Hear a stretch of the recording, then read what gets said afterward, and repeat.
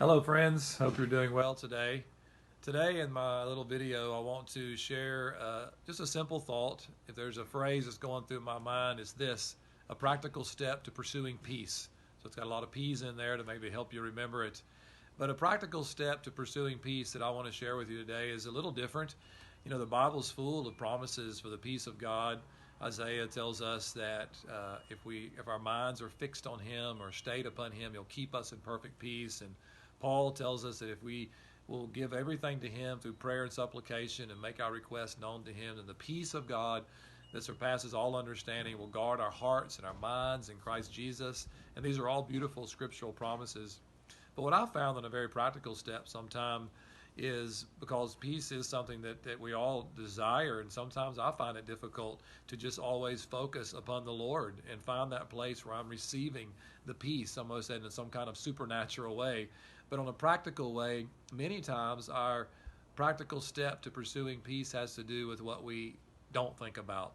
You know, I'm reminded of a story that I tell often. I don't know where I heard it many years ago, about two friends that were talking, and the one said to the other, you know, did you read in the paper what happened? And he says, well, I don't read the paper. And he says, well, did you hear on the radio they were talking about this and that and the other? And the guy said, well, I don't listen to the radio. And he says, surely you saw on the news last night the anchor story about what happened.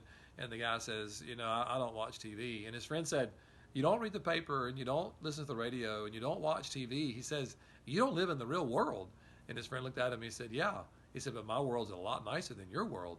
And I just always have to laugh when I hear that story, because it just brings across a very poignant point.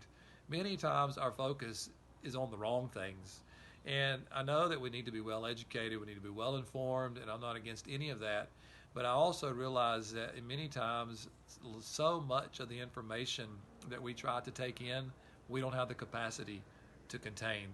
I've always said that the information age and the speed at which we are privy to things that are happening and all the information that's available to us. If you're involved in any type of media, social media, standard, traditional media, radio, television, newspapers, on and on and on it goes, we are bombarded with information. And I'm not saying that's all bad. I'm just saying it can clutter our mind and it can make it very difficult for us to focus on the Lord. So, my practical step to pursuing peace for you today is, what can you eliminate from your interaction today, from entering into your mind through what you hear and what you see and what you read and what you experience? What can you just move out of the space so that the space can be filled with the Lord and His peace?